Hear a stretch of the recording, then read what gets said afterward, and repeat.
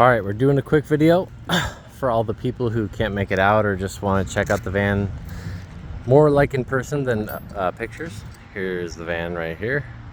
Not the most beautiful paint job in the world, but it came like this when I got it, and I never took the time to paint the outside because why would you if you're making a stealth camper van? It's got new rear tires, it's got new brake lines, it's got new calipers and pads in the front. Here's the key here to open the front. So here's our front seat. The dash cam fell off 2 days ago, which is cute. It does have a kit right here, but when you put the key in, it turns into a front camera and a rear camera, depending on how you want to use it. Oh, do I have to turn the van on? No, I don't. Okay. So there you go. There's your rear camera. I'm gonna turn the van off because that's really annoying. That happens whenever the doors open. It does not have air conditioning, but it has everything else that works totally fine up here. This is the, that's the camera again. It's got the inverter switch right here, so this will tell you how many volts is in the house battery, which 14.4 is top charge and 11.9 I think is the bottom charge.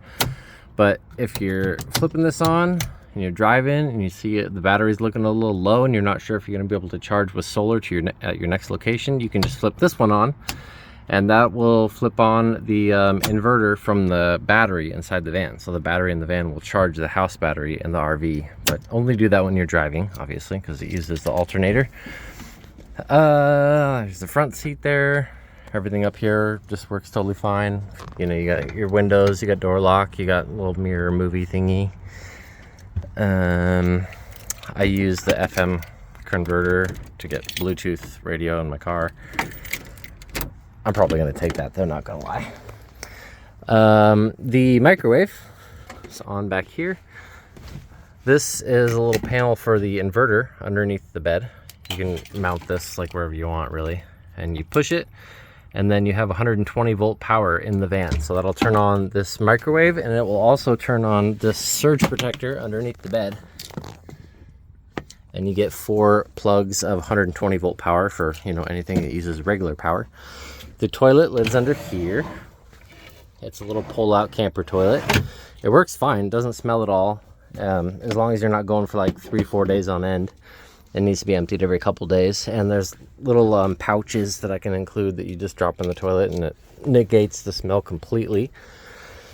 The fridge lives here. Fully adjustable fridge, like you can set it to whatever temperature you want.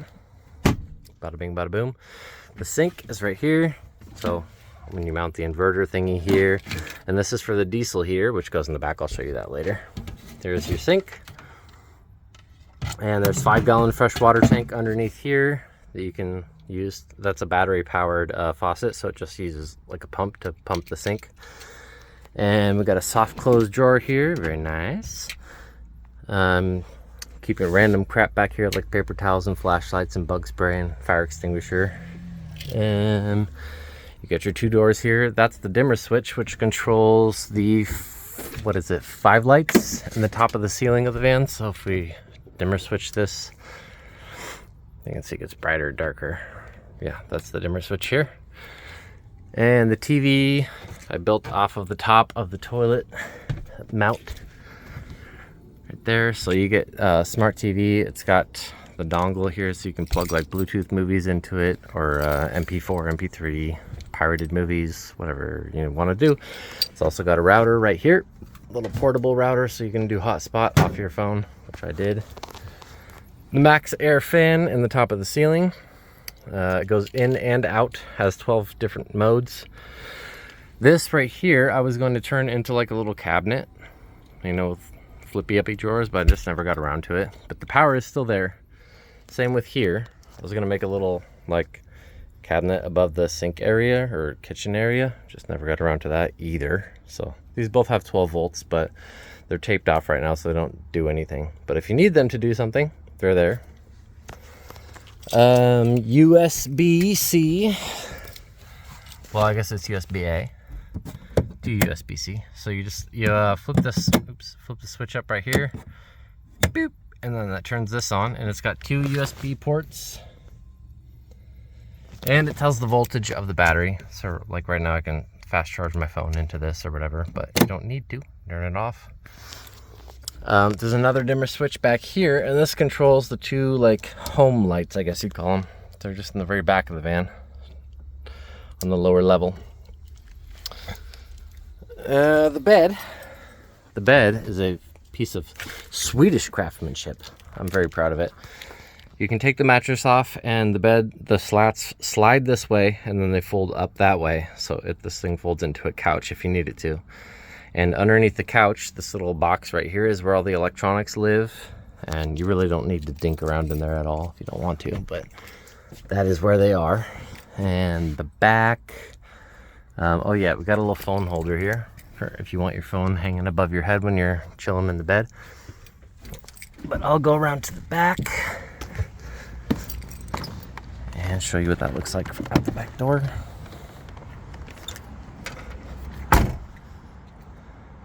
It's big enough to park in even the smallest parking spots, or I guess small enough to park. It's got the rear view camera for the dash cam up front. Right here, this is where your diesel reservoir is for the fuel, for your diesel heater, which blows hot air out of here. And you just plug that red display thingy up into,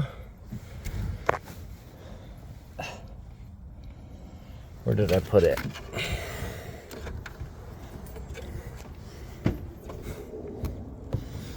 Did it fall down in there? No, it didn't. It's right here. Yeah, you plug the display thingy into here. I was planning on mounting it like into here somehow or along here, but I just never got around to it. So I always had it just hanging on this thingy. And yeah, you can push the on button in the morning and you get nice hot air in the van. Even when it's freezing outside, this thing will heat up to like 85 degrees. I put way too big of a heater in it, and I guess that's my fault, but this diesel heater tank will last for about 3 or 4 days if it's on low, and probably 2 days if it's on high, but you don't need it on high. The van will be like 130 degrees. It's got a little drink holder back here for when you're hanging out, you know, in the bed or whatever. Underneath here, I think I showed you this. We've got all the safety stuff. But yeah, the bed folds up into here. The back windows open like here. I've got all these custom cut pieces for the windows so no one can see in when you're in here sleeping, and they're all labeled. But yeah, that's the van. That is the van. $6,500 and it can be yours. I spent probably well over 10 grand on this thing between buying it, doing the repairs on it, and then renovating it. But it's got top-notch circuitry underneath. You'll never have to worry about a fire or anything like that. The engine 100% starts every single time. I'll go show you right now. And yeah, if I had a parking space for this, I would keep it 100%. But my roommate just got a car. He told me he would never get one, but he did. And now I gotta sell this thing. So, listen to how fast it starts up. And they're good. And you're driving. Where are we going? Where are we going? Nevada? Arizona? I don't think so. I'm gonna miss this thing.